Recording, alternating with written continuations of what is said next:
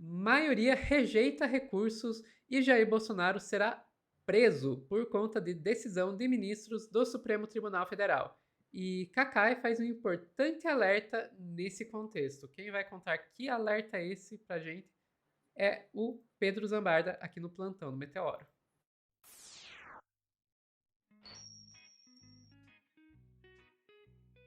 Vou começar com a musiquinha boa porque a gente sabe que teve rejeição lá da maioria. Mas depois eu posso trocar a musiquinha na hora do alerta do Cacai.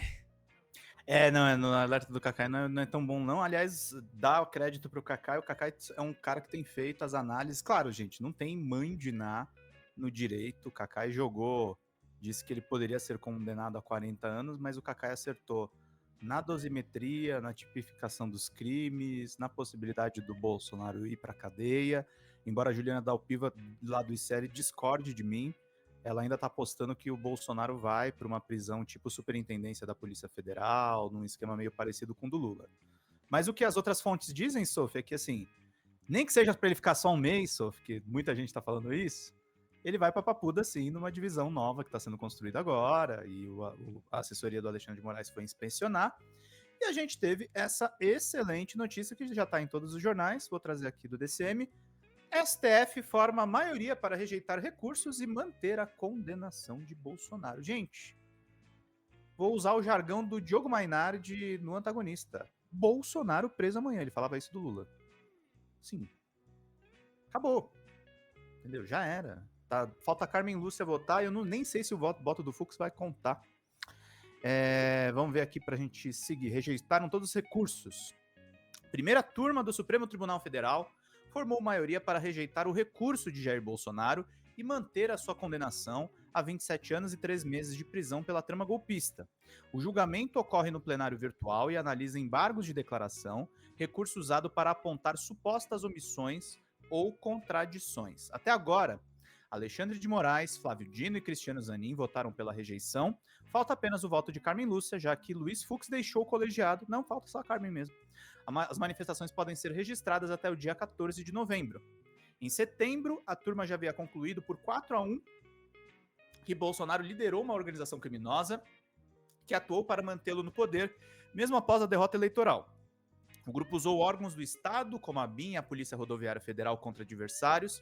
O inquérito também apontou planos para matar autoridades e ataques aos sistemas de votação. Além de Bolsonaro, os embargos julgados envolvem Alexandre Ramage, Almir Garnier, Anderson Torres, Augusto Heleno, Paulo Sérgio Nogueira e Walter Braga Neto. As defesas argumentam que a condenação seria injusta e insistem que não há provas suficientes para manter a decisão. No caso de Bolsonaro, os advogados afirmam que ele não foi autor intelectual dos atos de 8 de janeiro e que não incitou o crime. A defesa também contesta a tese de que Bolsonaro teria ligação com um plano para assassinar autoridades, conhecido como punhal verde-amarelo. Na avaliação dos advogados, esses elementos não sustentariam a pena aplicada. O relator, porém, afastou todos esses argumentos ao analisar o recurso. Ao votar, Moraes afirmou que ficou comprovado o papel de liderança do ex-presidente na organização criminosa. Segundo ele, o conjunto de provas mostra que Bolsonaro comandou o grupo responsável pela escalada golpista. Para Moraes, não há omissão ou contradição no acórdão original. O ministro ainda apontou que a atuação do grupo incluiu a invasão dos três poderes e a destruição do patrimônio público. Moraes disse que os ataques foram alimentados pela repetição da falsa narrativa de fraude eleitoral no ano de 2022. O magistrado ainda rejeitou a tese de que a condenação foi baseada em interpretações. Para Moraes, há elementos suficientes que mostram a autoria e o comando exercido pelo ex-presidente. Ele afirma que o julgamento anterior já havia enfrentado todos os pontos levantados pela defesa. Nos bastidores, há uma expectativa de que Bolsonaro seja enviado ao complexo penitenciário da Papuda, inicialmente. Advogados ligados à defesa do ex-presidente e dos réus afirmam que ele pode sofrer um piripaque se for mantido no local. Aliados de Bolsonaro, membros da Polícia Federal e do STF acreditam que ele fará uma escala no local. A expectativa é que ele fique apenas um período inicial na prisão e seja enviado ao regime domiciliar por conta do seu quadro de saúde. Então essa é a notícia. Estamos torcendo para ele não ficar um mês, para ele ficar um ano. E aí, Sophie, acho melhor trocar a trilha porque vamos falar do Cacai, porque ele faz um alerta na coluna dele no jornal O Dia. Olha só. Coluna do Cacai, Antônio Carlos de Almeida Castro, tráfico versus milícia, Trump versus Bolsonaro. Qual que é a denúncia? Vamos lá. É preciso falar da esperança todos os dias, só para que ninguém esqueça que ela existe. Ele cita o poeta Miyako. Deixa eu diminuir aqui um pouquinho. Numa mesma página de jornal, eu li duas matérias preocupantes. O Kaká é muito ligado em mídia, tá, gente? Uma falava de Cláudio Castro, depois da operação eleitoreira que matou 121 pessoas, nenhuma com condenação criminal. Isso é importante dizer, tá, Sofia? Ter antecedentes não significa que são condenados. Precisa ter um procedimento legal nisso, Exato, tá? Isso é exato. importante, tá? Inocentes até que se prove o contrário? Pois é, isso deveria contar aqui, né? 43 sem passagem pela polícia e 4 policiais militares, sendo que nenhum dos 121 assassinados estava na denúncia que originou a operação, que, por sinal, não conseguiu prender ou matar o líder da organização criminosa, subiu 10 pontos na pesquisa e conseguiu mais de 1 milhão de seguidores, o Cláudio Castro, no caso. A outra relatava que o presidente Trump ostenta o menor nível de aprovação de um presidente da República dos Estados Unidos, 37%. Não tenhamos dúvida, e aqui é o alerta que me deixa com frio na espinha, né? Podemos esperar uma invasão militar na Venezuela, um recrudescimento dos assassinatos nos barcos a pretexto de matar narcotraficantes, em claríssimo desrespeito às convenções internacionais. E vamos colocar as barbas de molho. A possibilidade, sim, de uma intervenção armada pontual no Brasil. O cenário está sendo montado, aprova-se a ideia do narcoterrorista, que, aliás, eu quero fazer uma crítica de público aqui, tá? O Contarato, que é do nosso campo, está apoiando essa aberração, tá? Ele acha normal, traficante... Ele tá fazendo concordar com o Estadão e não com ele. É uma loucura isso. A ideia do narcoterrorismo atende-se ao chamado do senador carioca bolsonarista para invadir e bombardear o Rio de Janeiro. O Cacai tá falando do Flávio aqui. Por paradoxal que possa parecer, a segurança no Rio de Janeiro, no tocante de uma invasão americana, passa por consolidar uma história que ganha força junto aos estudiosos e entendedores da área. Um motivo forte para essa desastrada operação, Sofia, é proteger o território da milícia que vinha sendo invadido pelo Comando Vermelho. É de Exato. conhecimento geral de que a milícia ocupa no Rio de Janeiro um território muitas vezes maior do que o do tráfico. Chegam a falar de 60% da área do Rio dominada pela milícia. Morro e asfalto. Talvez restem as praias. Se essa história se confirmar, poderemos ter o grupo bolsonarista, olha o paradoxo, contra a invasão dos Estados Unidos do Rio de Janeiro por causa dos negócios da milícia. Não vão querer cometer suicídio, chamando-os para bombardear a milícia. Tá bom para vocês se os traficantes forem equiparados a terroristas? A milícia... Uma outra coisa que eu acho que ia ser muito interessante, só para adicionar, Pedro, com essa história de milícia, de traficante virar terrorista, quantas multinacionais estadunidenses iam ter que parar de fazer negócios no Brasil porque não podem chegar, porque não podem estar em áreas com terroristas e tal. Imagina tirar da Faria Lima todas as multinacionais estadunidenses. Como é que é, Sophie? Só repete a última frase que eu não escutei direito. Porque dentro aí dessas regras com relação a terrorismo, as empresas estadunidenses não podem ter nenhum tipo de proximidade com áreas controladas por terroristas. Sim.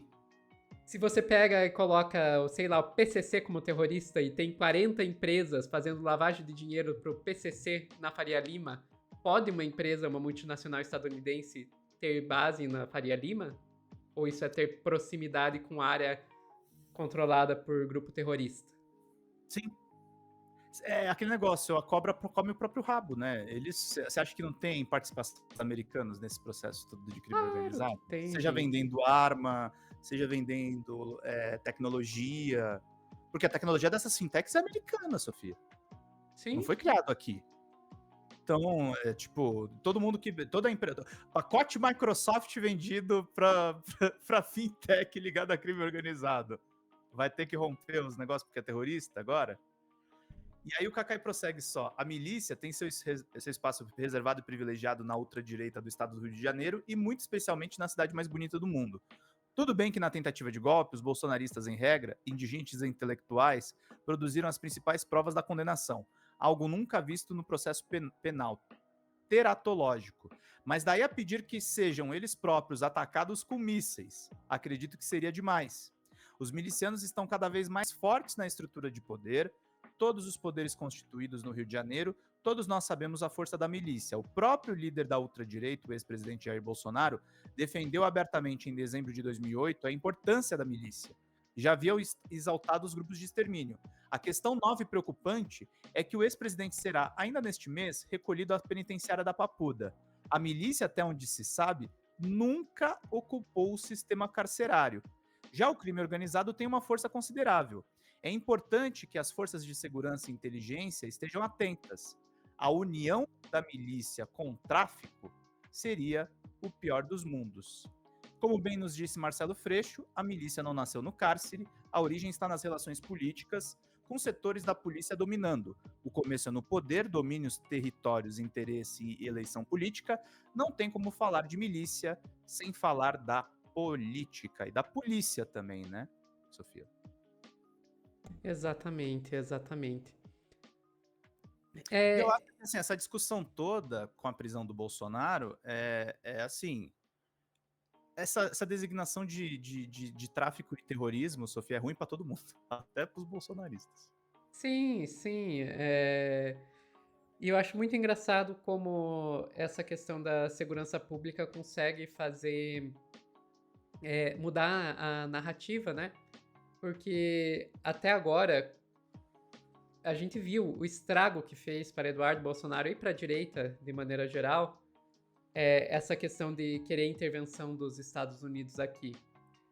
Por outro lado, quando você coloca essa questão que é muito divisiva na nossa sociedade, que é a questão da segurança pública, de repente você consegue fazer pessoas que estavam até agora nessa não, tem que defender a soberania brasileira, começar a encampar uma tese que é toda ela montada para atacar a soberania brasileira. Porque, assim, não faz sentido chamar de terrorista. Terrorista é outra coisa. E, inclusive, é uma coisa que para os próprios bolsonaristas é complicado querer colocar como terrorista, porque os bolsonaristas não querem intervenção federal Sim. na segurança pública. Eles querem manter o controle. Inclusive, se colocam contra a PEC da segurança pública, inclusive assinaram a cartinha de Florianópolis dizendo que, não, tem que ter autonomia dos estados, etc, etc, etc. Mas, gente, quem combate terrorismo é o governo federal. Não é. É a Polícia Federal, não é a Polícia Militar, a Polícia Civil. Então, assim, não faz nem menor sentido. Mas por que eles fazem isso? Porque, é populismo, né? Porque consegue pressionar o governo. Porque daí o governo tem que se colocar contra, em defesa da soberania brasileira, tem que se colocar contra isso. E daí eles podem dizer, tá vendo, o governo tá do lado dos bandidos. Uhum. E 2, porque querem justificar, de alguma forma, uma intervenção estadunidense aqui. Uhum. Sofia, para deixar o corte quente, tá?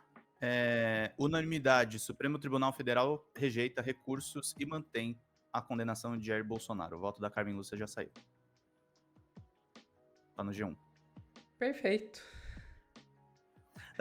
Acho que tem que mudar o título, então, né? Podemos mudar. Vou mudar lá no espelho. Pode mudar lá no roteiro. E é isso, Pedro.